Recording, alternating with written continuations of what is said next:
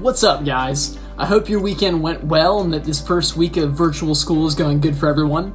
Today we're kicking back off with our daily devotional series and we're looking at John chapter 9. So as we pick up today's devotional, Jesus encounters this man who's been born blind from birth, so he's never been able to see. And as he approaches this man, he has this neat interaction with him where the man asks for sight. And so Jesus does this crazy thing. He kneels down and he spits in mud, and he takes the mud and he smears it across this man's eyes. Now that seems counterintuitive to any way to help somebody see better. Normally if you get sand or mud or something in your eyes, it only hurts and you really can't see anything. But Jesus does it anyways and then tells him, go and wash in this pool of Siloam. And so the man goes and he washes, and when he comes out he can see. And so we see this beautiful healing that's taken place where Jesus has restored this man's sight. And so this man is going through the area, and these people come up to him and they recognize him because they've seen him every day, and they're kind of blown away, and they're trying to figure out, is he the same man that was blind from birth, or is this some other guy that just happens to look like him? Now the man insists, no, I'm the same one, and what happened was I met this man named Jesus and he restored my sight. Now this would normally be an awesome experience unless you're a Pharisee. And so the Pharisees kind of come and they find this man and they pull him into the synagogue, and they're a little upset. And the main reason that they're upset is this: when all this was taking place was on the Sabbath. And according to Jewish custom, you couldn't work on the Sabbath. Now we look at something like healing and we think, well, that's not really work, that's helping someone. But when you look at what Jesus did, when he spit into the mud and actually made mud with it, he basically had to knead the mud. He took the dirt and he took the spit and he had to kind of mix it together to make mud before he could spread it over the man's eyes.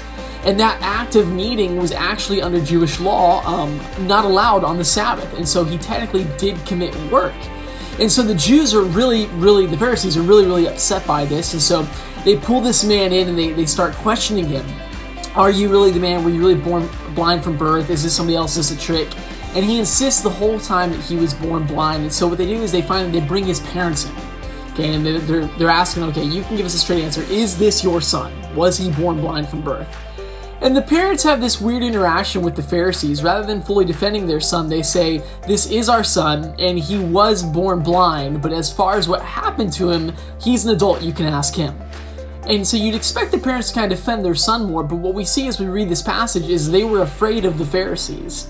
You see, the Pharisees had said that anybody who claimed that Jesus was the Messiah was going to be excommunicated from the synagogue. They were going to be outcast from the synagogue. You couldn't attend anymore. And so the blind man's parents are afraid that if they stick up for their son like this, they're going to be kicked out of all the social gatherings that for them and their religion was a really big deal.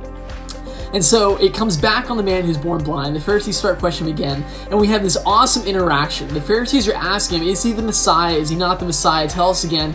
And the blind man says this. He says in verse 25, he says, he answered the Pharisees, whether or not this man Jesus is a sinner, I don't know. One thing I do know, I was blind and now I can see.